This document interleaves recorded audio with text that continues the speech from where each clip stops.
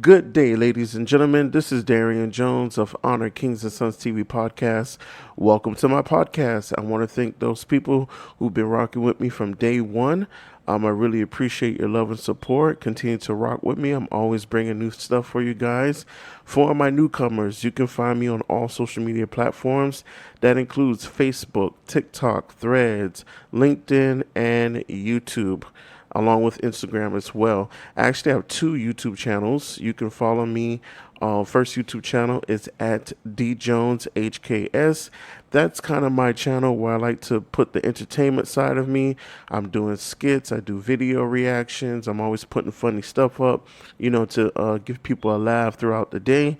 And then my second YouTube channel, which is where my podcast clips are uploaded to, is at Honor Kings and Sons TV. And soon I'm going to be adding more in-person clips as well to that podcast section of that YouTube channel. So I want to thank you guys for tuning in today. Please be sure to join my Discord. So every description is going to have my Discord link. So I want you guys to be able to click on that Discord, join in, and then we can go in depth, with the podcast, depending on, how heavy my heart is and how, full I am on the topic. I'll unload it in the episode, but, we can always continue to expound on the topic, and I think that the Discord is the perfect place to do so, even though I appreciate your comments that you leave when you watch these videos and download the episodes. But anyways, be sure to check that out. With today's topic, I want to definitely hear from a lot of people, especially people who have children. Doesn't matter if you're married or not. We know that there are people who have children and are not married. There are people who co-parent, and there's some people who adopt. There's just so many ways to have relationship, with children in today's world. But on this subject, I want to talk about gentle parenting. And this is a new subject for me. I mean, it's 2024. I would say since about 2015, there's just been so many new movements in the world, that have just changed the dynamic of our culture, and our working relationships that we have in our lives. And I think in recent years, the working relationship or the relationship of just children and adults has changed in many ways, very terrifying. I mean, and just you could almost like lose sleep over it if you really put your mind into it and think, wow, this is intense. That we have these things going on that children are experiencing and having to deal with. But then you have you have the upside. A lot of people, are taking their parenthood more seriously. A lot of people think that millennials are not serious about being parents, but a lot of them are. A lot of Gen Z are taking parenting serious. It's different. I don't consider myself Gen Z. I'm 33, so I'm that last. I was that last era. I'm a 90s baby. I was that last era who was raised old school. Raised by grandma some days, then raised home with mom and dad. And thank God I was fortunate to have, to be in a two-parent household for a majority of my teenage years, growing up, having both parents in the house. So gentle parenting, like this is a interesting subject because like I said, millennials, Gen Z, a lot of people are just taking a different approach to parenting. And there's a lot to unravel.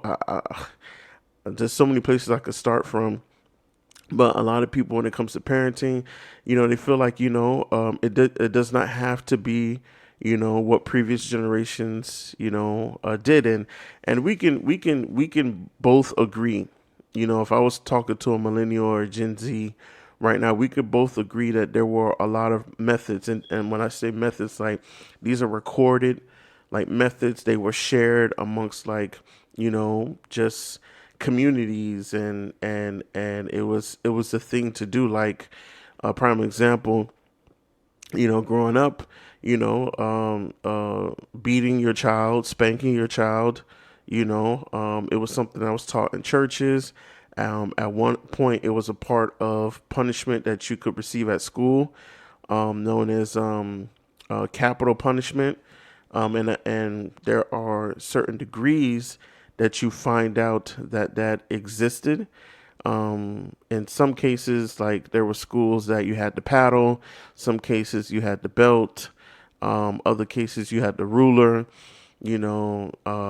It's just different, cases based on the region, based on the culture of the people. These were permissible items to use to correct a child. There are some countries that, in a way, still use capital punishment, to discipline, children in schools. Right? There are some countries that do allow, the teachers, instructors to discipline the child by spanking them. And if you go to a lot of third world countries, it's still traditional. It takes a village to raise a child. So respectfully, anybody could discipline you, because they're all about protecting the children in the community, right? And if you're a person that you have a traumatic background where, unfortunately, you were a victim of molestation, rape, you were sexual, mental, physical abuse, any of those type of things. Obviously, when it comes to disciplining a child, this is where, a lot of people stand against it, which is where gentle parenting has come in, right? And gentle parenting, from my understanding, is not even just, not necessarily spanking or beating the child, but it's just about having a softer approach to dealing with them, dealing with how you address the needs that they have, how you communicate. It's to make sure that you're not being so abrupt, to make sure that you're not being so set in your traditional ways that you write them off. You write off your kids. You're looking at your children, and you're looking at them through the lens that you were raised. Listen, we can cut to the chase right now. This is so challenging for me. My children, they are beautiful. They're God's creation. But I mean, when you look at the stages of them growing up, it's just like, I remember when when I was that age. Well, I know for me, and I know there's people who have this ability, but I remember as far back as 3 years old. Like, I can remember, like, moments that I had when I was like that little. You know, I remember following my younger brothers around the house. I remember the Saturday mornings. I remember, just the different activities we did. I remember different things, right? So I remember the interaction with my parents. And the interaction with my parents, actually, my mom worked. My mom, for most of my life, my mother worked at night. So we never saw her. And the nights that she was off, she was sleeping, right? My father, he worked, for the most part, the same career for most of his life that I remember. And there was sometimes, yeah, most seasons he worked at night as well. But because he had more days home than my mom did, we obviously spent more time with him, for the most part. And, my father, he's Black American, and, it's old school. So it's like, the adults have total autonomy. They tell you what to do, you do it. There's no back talk, and that's it. It's just as simple as that. As far as that goes from him, my mother, she is Jamaican, and she her her style was a little bit more rugged. Like my father was slapstick. Like, to be honest with you, as long as you didn't really cross him in regard to what he felt like was disrespect, you was good. Because my father was super laid back. My father was laid back. But my mother, on the other hand, was different. My mother, super ambitious, and she was about making sure you carried yourself a certain way, you talked a certain way, making sure that you didn't get yourself involved in a lot of activities or companies that would taint your upbringing, and she was on us, and she didn't have time to explain things. So what she said was law as well. Funny thing was that we got way more spankings from our mother than we got from our father, because my father was so simple. So a lot of things he felt like he didn't have to discipline us for, but our mother was very meticulous. I'm the last of four boys, so I'm the last son, and she was super meticulous. Like, if our room wasn't clean a certain way, if the house wasn't clean a certain way, if the dishes wasn't done at a certain time, if grades was trash, if man, if we was in the kitchen helping her cook and we made a mess and it made it more difficult for her to clean up, like, just so many things. And the way that my mom responded uh, was pretty tough.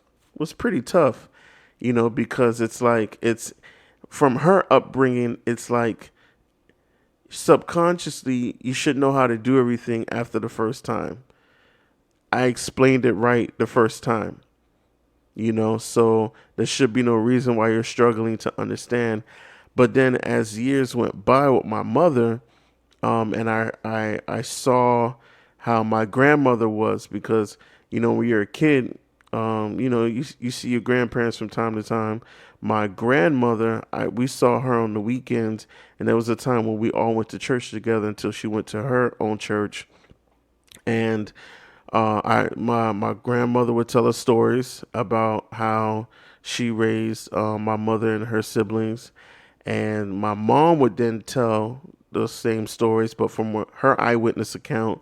And then I realized that how my grandmother was raising my mom was like, huh, whew, was like on 1,000, and my mom felt like she brought it down like a whole lot to raise us, because she used to always tell us, she's like, if I raised you guys how my mother raised me in today's day and age, I'd be in jail.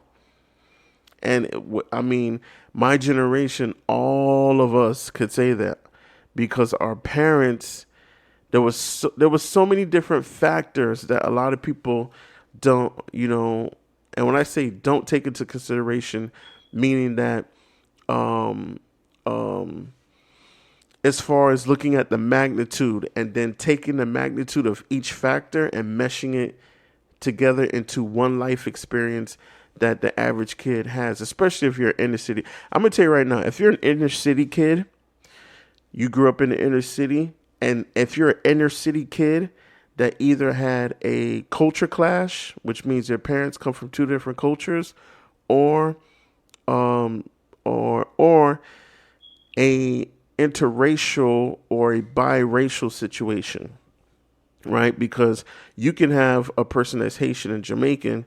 Technically, y'all both black. That's a whole nother conversation for a whole nother day. Check my episode on colorism and ethnic racism if you want to dabble into that. But yeah, technically, you two will be considered black. But now, if you take somebody who's Hispanic, like white Hispanic, let's say Venezuelan, Cuban, Puerto Rican, Dominican, white Hispanic, and then you put them in a household with like somebody from Trinidad or somebody from Jamaica or somebody from Haiti, Africa, right? That's you're looking at a dynamic where it's like, depending on the upbringing that those two parents had, man, you grew up in a household of warfare. And so when it comes to gentle parenting, the understanding is that the abrasiveness, right, that came with how your parents felt was the right way to do things. It's, hey, you got one shot, and a lot of parents don't know that in many ways they were breeding a lot of mindsets that a lot of our generation walked around, the mindset of legalism and self-righteousness, because you might have one sibling who is the goody two-shoes. They do everything right. They don't cause no problems. And then that sibling could manifest being self-righteous. They think they always right. They think that nothing bad can happen to them and they can't do wrong, yada, yada. These are things that our generation, had to deal with. And when we became adults, this is behaviors that we manifest. A lot of people don't understand that gentle parenting, I think one of the reasons why it has come to be is the factor of financial history of a family. I tell people all the time, places like the Caribbean, places like the inner city of many cities in the United States, poverty and lack of financial literacy at an all-time high. It's the idea, what's mine is yours, what's yours is mine. We stick together, what happens amongst family stays amongst family. So any drama, any misfortune, anything that will put disgrace on the family, we keep that in the family. So with that mentality, right, you tend to be put in a situation where you suffer the consequences of the struggles of the parents, right? So prime example, like myself, right? I thank God that my parents was able to give us a decent upbringing financially. When I say decent, meaning we had clothes, we had shoes, the bills was paid. We went on some family reunion trips. Each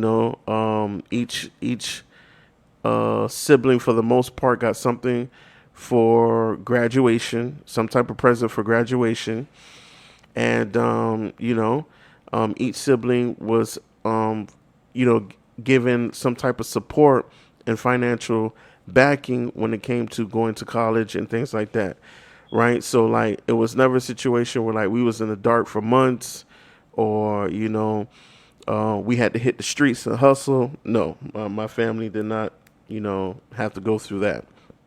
But still, in the midst of a household like that, there are a lot of mindsets, right? There are a lot of frustrations. My mom worked a lot, and my mom did, step into the life of entrepreneurship. My mother, was doing a lot of different entrepreneurial endeavors, especially when we got out of high school. But what happens when you're doing that?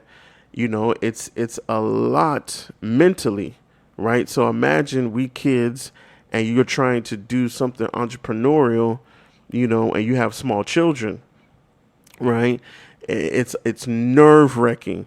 So you're trying to focus, da da da, and the kids are yelling, screaming, running around the house. You might just fly off the wall. And a lot of people in my generation, we had that experience, right? Let's say you want to do something and your spouse doesn't, right? Y'all arguing, y'all fighting. There's seasons in the marriage where it's just fighting and bickering. Unfortunately, you have some people who dealt with seeing, physical abuse. Maybe the father started to abuse, the mother, and that traumatized the child. things like that. And what happens is that all comes into now how the parent deals with you, because they have a lot of impulses. They have, you know, inability to control themselves and their emotions, and it spews into how they raise the children. I mean, the list goes on and on and on. I mean, I'm pretty sure anybody listening in on this, you probably have a particular instance where how your parents were handling, you know, their marriage, handling, you know, raising you and your siblings, if you have siblings, and how they're spewed over into how you behave and function as an adult. You know, you subconsciously have that in the back of your mind. Like, man, when tough times come, like, you know, if I can get through it, my kid could get through it. Right. But it's 2024. The economy is different. The opportunities are different. The emotional support is different. You know, the funding that mental health has been given in the United States of America is incredible. I believe if we had all of these mental health centers back in the 70s, 80s, and 90s, there would have not been an explosive, you know, epidemic of drugs and you know, sexual experimentation, exploitation, and the list goes on, that a lot of people experience during those time periods as a result of the parents just, you know, going through it and then taking it out on the children, right? So this whole thing with gentle parenting is, you know, to just change your approach. Take the time to involve yourself in the moment of learning your children and taking it one step at a time, and understanding their feelings and talking to them. Now, when we get down to the nitty gritty, I'm going to just tell you right now, very difficult. Very difficult. I don't care how many YouTube videos you watch. I don't care how many seminars you go to. I don't care how many, you know, mom and dad groups you join. You have to understand that you have to address the feelings and the trauma as an adult, because now every time your kid turns a certain age, you click back into your mind what life was like for you at that age. And now you have to say, wait a minute, how I conquered being a 5-year old, being a 6-year old, being a 7-year old may not be the same way my kid is going to conquer it. I have to see how he or she is going to react to this particular situation, right? Most people who grew up poor, you know, now are in a place financially where they can give their kid the life that they didn't have. But, you know, some parents get mad when the kid doesn't know how to handle, you know, such luxuries. You know, so we'll say, I don't know what you tripping about. You know, I didn't have nothing like what you have. You know, you should be thankful and grateful. But, you know, those are assumptions, and we have to admit that it is immature. You know, uh, we have to definitely come to the place where we're not so we're not so abrupt. We're not so assuming. We have to understand that these are beautiful lives that are understanding this world, and if we have created a world for them that doesn't have struggle, then we are responsible to teach them. We can't assume that they know how to handle this life, right? Just because we created it for them. We cannot assume that. We have to teach them how to embrace this life. As a matter of fact, most parents won't admit that nobody taught them how to enjoy luxury, and how it took them a while to transition, right? So we think that we've done our job by financially filling the voids that we had, but that's actually not what your children need, right? And I'm pretty sure, like I said, more scenarios are popping up. But I know from my generation, if you interview 1,000 people who were born between the ages of 1988 to 19, I would I would say 1995. If you interview 1,000 people who were born between 1988 and 1995, because that's roughly my age bracket of people that I pretty much grew up with, we all had to face the different changes that was happening in the world. By facing it, for some people it was easier than others. And when it came to our parents and how they were dealing with, different presidents, the rise of technology. As a matter of fact, I remember like our generation, we technically experienced the culmination of new technology, right? So everybody had to deal with that. Parents had to, go from buying floppy disk, when we had the early IBMs and Macintosh computers, to dealing with iMacs, to dealing with CDs, to dealing with the DVD era, to dealing with all these different changes, right? We had to figure out a way to take in all of those different moments in history. And when it came to some parents were able to, enjoy the time of talking to the kids and making it something exciting, when it came to these changes. Other families, not so much, especially inner city kids and kids who were impoverished and kids who were, unlimited on resources. Like, prime example, things like fashion, getting the latest shoes, the latest gear, the newest clothing lines. Kids with gaming consoles, like I said, getting the new computers. Right, you grow up, you got a busted, Macintosh computer or an old IBM 95, Microsoft 95 computer. Now you got Macs coming out. Right now you got these new companies, Toshiba, HP Pavilion, with the flat back, the flat screen monitors, right? The super cool hard drives with the different colors. And you talking to your parents about getting that, right? What happens if your parents are financially struggling? There's a couple of reactions you're gonna get. You're gonna get something like, "You got some money for that?" I know a lot of people in my generation heard stuff like that. Or you will probably hear something like, "How about you go get a job? Help me pay some of these bills," right? Or you might get a response like, "Boy, don't come to me with that. You know we struggling around here. That's not in the budget. You're going to work with what you have," right? So a lot of people, from my time period, like I say, who, they were probably struggling. When it came to parenting, there's this subconscious understanding that there's no time to, talk about your feelings or talk about your interests or talk about the resources to give you the best childhood experience.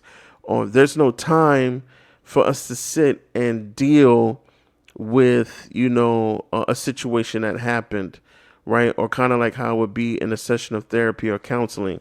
And it was even worse if you're a person with a faith-based background.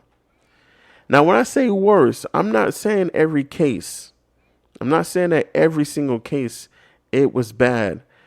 But if you had a faith-based background, you would think it would be better. Sometimes it wasn't.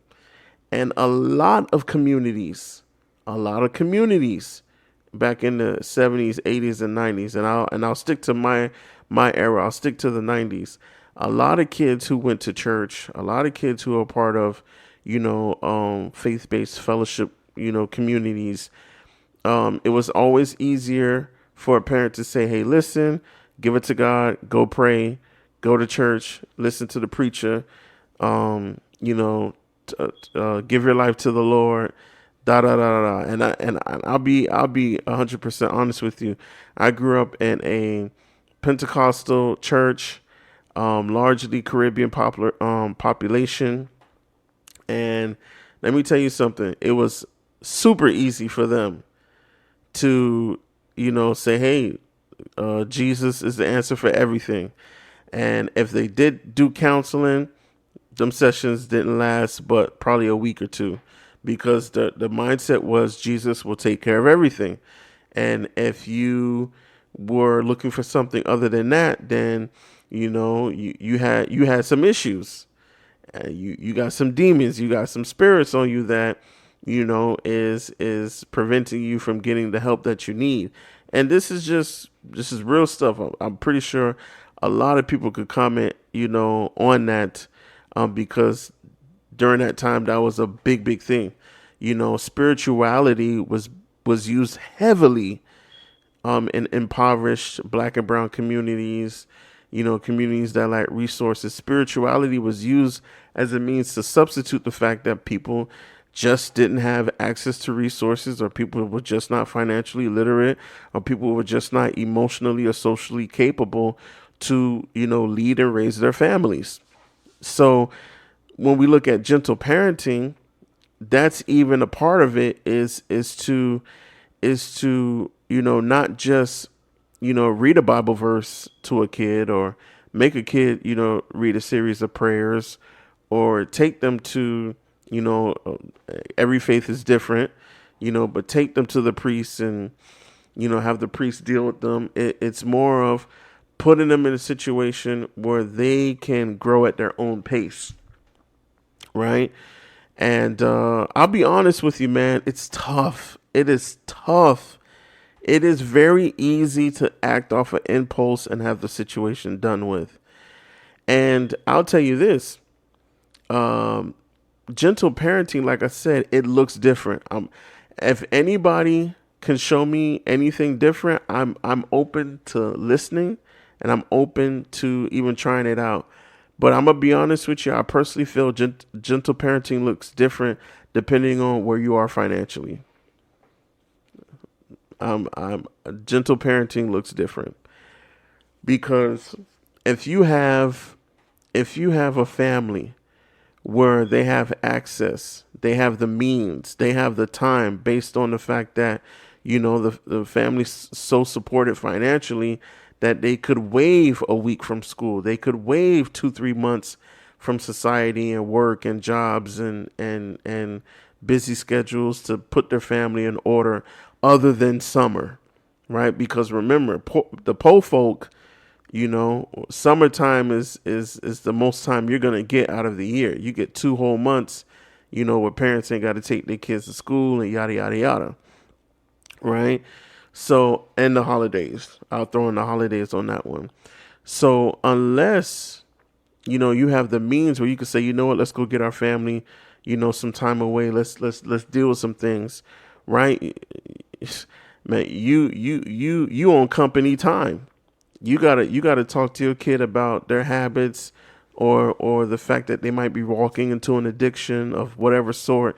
You got a 15-minute talk, and then you got to get to work as a parent, right? And then you come home, you got less than 8 hours sleep, because you got to get back up again and do it again, right? So what you do, if you're a person that's not in a faith-based community, man, I've heard all kinds of stories, and I've seen all kinds of stuff growing up. I'll be honest with you. I had friends who their parents did witchcraft, praying all this stuff and doing stuff, hoping that would protect the kid. You had family members that entrusted other family members and say, "Yo, I can't deal with this. Look out for so and so." Because simple, the resources, the time, the energy is just not there. But when a family is financially stable, you can take that. You can take that week, that 2 weeks, that 3 weeks, or you can drop that 20,000, 30,000, 40,000 on counselors and programs and lifestyle changes and all that different stuff. So, and here's the crazy thing. In 2024, if you look at my previous episode when I talked about, the workforce the rise of AI, entrepreneurship. If you go back and listen to those, I throw out different cases and scenarios that everybody's talking about. It's everywhere. It's on social media. It's on the news. It's in articles, blogs. It's everywhere. Things have changed so much that people have declared that the middle class is no more. Right? The middle class, it's just a bigger pool of poor people. Right? So think about today that gentle parenting exists. Right? The narrative, you would even have to say, the narrative of this, where does it come from? Because there are a lot of people that even today, with the resources available, they still will choose to use their traditional upbringing to raise their kids. There's a fight against gentle parenting because you see what's happening in the news. School shootings, domestic violence, the celebrity influence on our teen and adolescent culture, the promiscuity. I mean, you name it, you will sit there and say, how is gentle parenting helping? Because in some cases, man, some of these kids, they need spanking, they need their butt whooped, or they need their privileges taken away, or they need time out, or all this money being spent on them needs to stop. Right? So it's like, how do you get the best of both worlds, to help raise a kid? I mean, some people will argue that there's a lot of movements and agendas that have crept into the traditional, family household. A lot of people feel like the LGBTQ community and a lot of things that they have done with influencing children that has changed the parenting dynamic. You have the co-parenting era where this is, in some cases, some people might think it's a trend. In other cases, people feel like this is a real thing where people are talking about how two individuals have decided that they themselves do not want to pursue or further a relationship, but they will work, together to raise the kids that they had together. Right? So you have that narrative. Like I say, you have the narrative of more people becoming entrepreneurs in this day and age, right? Whether you got small children or not, some parents just want a better life for themselves and their spouse, or they want a better life for their spouse and their children. And so you're trying to raise kids in that scenario. And then, of course, you have, the traditional narratives. You just may have a family trying to get by. You may just have a family that is dysfunctional, completely dysfunctional, and largely that's due to, not being financially stable, not having a history of financial literacy and stability. So you bring all of this together, and this is where we are in 2024 with the subject of gentle parenting, right? My daughter, I love her. She's the apple of my eye. But man, there's characteristics she has of myself. She has characteristics she has of, my wife. There's behaviors that I saw when I was a kid. And, we're looking, and there's sometimes when, I'm like, here's the crazy part. I'm a father. And so I'm a father, and all my siblings were all boys. I never had a sister. And all of the quote unquote sisters I had, which, women in my life that I, was so cool, I can call them a sister. They became my sister in my 20s, cause especially when I was in middle school, high school, I wasn't close to any girl. I wasn't close to a girl so close I called her my sister. No, definitely in my 20s though. I came across some amazing women, young women, super cool, great individuals. And for that time, I was like, yeah, this is like my sister. So I could never really know what it's like to have a sister, but I have a daughter. And I really have to be gentle. I have to be gentle. And here's the crazy thing. I'm learning every day what that is like, because sometimes I'm like, well, I'm the father, so I have to be firm because she needs to know what it's like to see a firm man. Not a, like, I cater to her emotions. I ask her questions. I try to be balanced. But in my mind, I'm like, she needs to see what a firm man is, right? And sometimes and this is subconsciously, sometimes in my mind, I'm like, she needs to see, the fact that even daddy won't necessarily understand you, right? It's almost like making sure she authentically sees human nature, right? And that's the thing too. It's like, how do you make sure that the upbringing you're giving your children is authentic, right? Because life is life. You can nurture your kid as best as possible, but life has its own maze that's awaiting your child. So it's like, how do you prepare your child, right? Because you can give them everything financially, and not give them everything emotionally. You can give them everything emotionally, but not give them everything financially. You can try and balance it out as best as possible, but life still has its own maze for your kid. So it's like, you just gotta really make sure that your conscience is clear at the end of every day when you're raising your kid, and just pray that you're doing right by them. And I feel like gentle parenting is not an absolute thing. I don't think anybody's pushing it to be an absolute parenting style or the perfect parenting style. I just think it's one of those approaches that has arisen to lessen, diminish, eradicate, and even eliminate some of the past styles that people have used for parenting, that has ultimately led to more traumatic and emotionally traumatizing and dementing effects that a lot of people from our generation are walking around with. It's one of those things that I feel like parenting is something. Obviously, it just never stops. It never stops up until that person passes away. You just will always be and even parents who their kids are old and full functioning adults.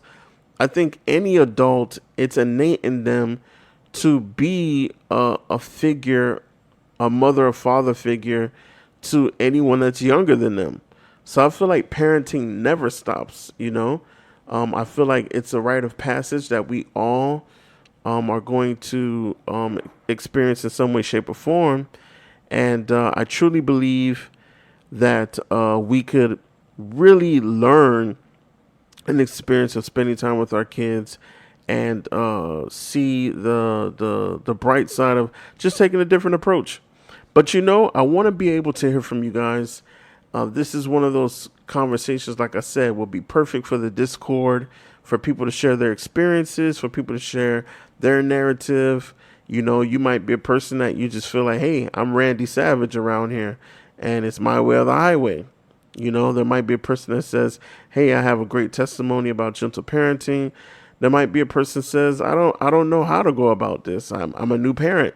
So this will be perfect for everybody to just really, join the Discord and talk about. So I want to hear your thoughts, and definitely I want you guys to be able to reach out to me with any other new topic that you want me to speak on, or you want me to share my take on.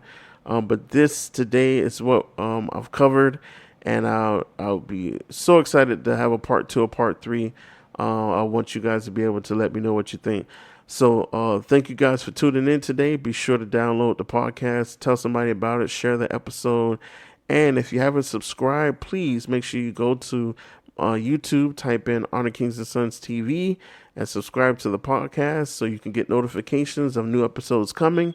And definitely, if you're looking for a laugh of the day, head over to @DJonesHKS. Check out some of my video reactions, some of my skits, and definitely enjoy yourself. So this is Darian Jones on Honor Kings and Sons TV podcast. I love you all. Thank you for tuning in. God bless you, and be easy.